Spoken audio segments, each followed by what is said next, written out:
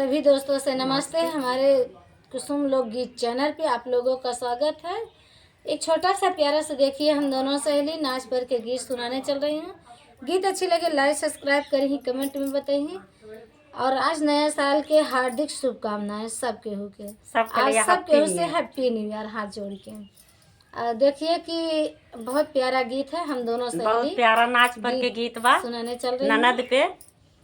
हाँ, देखा कि ननद के का कहा जाता है, बहुत गीत के माध्यम से सुना जाए। आया गीत के सुनाती हूँ। गीत अच्छे लगे तो कमेंट में जरूर बताइए। आपके हाथ जोड़ के विनती बा का आप लोग सपोर्ट जरूर करिए। आइए गीत के सुनाती हूँ।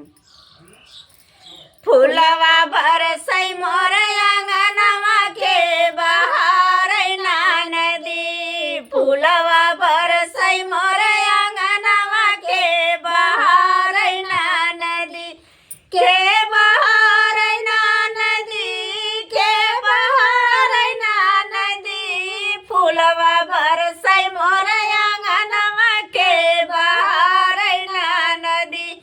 जाई के बोलाई जब अपने ससुर के, जाई के बोलाई हम अपने ससुर के, सास कर झगड़ा हमसे नदी, फूलवा बरसई मोर अंगनवा के बहार नदी, फूलवा बरसई मोर अंगनवा के बहार नदी के बहार नदी के बहार नदी, फूलवा बरसई मोर अंगनवा के बहार नदी।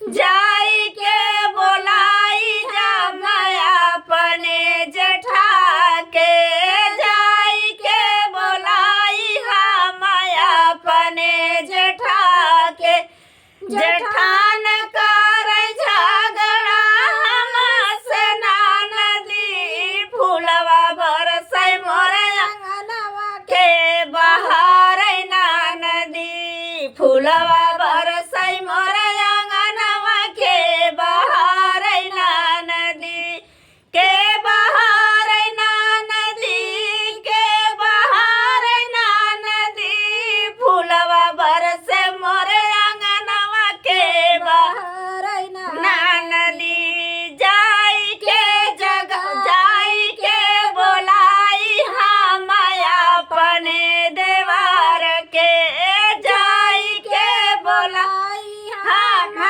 अपने देवार के, देवरान कर झगड़ा हमसे नदी, फूलवा बरसे मोर अंगनवा के बहार नदी, फूलवा बरसई मोर अंगनवा के बहार नदी के बहार नदी के बहार नदी, फूलवा बरसई मोर